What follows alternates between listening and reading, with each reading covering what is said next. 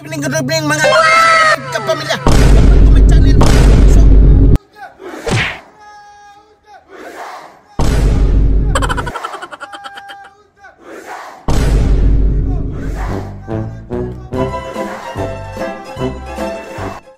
Traffic information tonight, July 10, 2024.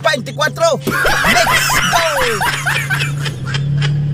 Okay, good evening guys, good evening. Ito, traffic information. Approaching tayo ng North Avenue. Nandito tayo sa Mindanao guys. Ito, wala pa pong traffic. Titingnan natin sa North Avenue kung magkaka-traffic po doon. Shout out po sa ating mga follower at saka ating mga viewer. Ha? Mga Moped, Joyride, Angkas, Lalamog, Food Panda, mga carousel driver, jeepney driver, UB Express driver, taxi driver. Shout out po sa inyo. Good evening sa lahat. Wala pong traffic dito guys. Napakagandang biyahe natin ngayon guys. Walang traffic.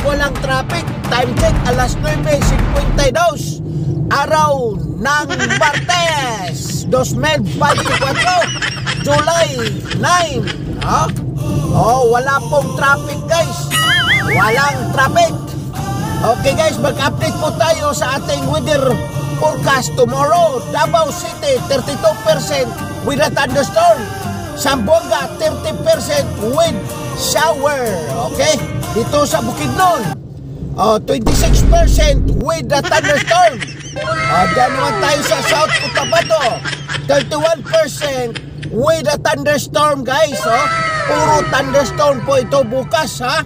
Para bukas po itong ating weather update. North Cotabato 32% with a thunderstorm. Dito sa General Santos, General Santos 32% with a thunderstorm.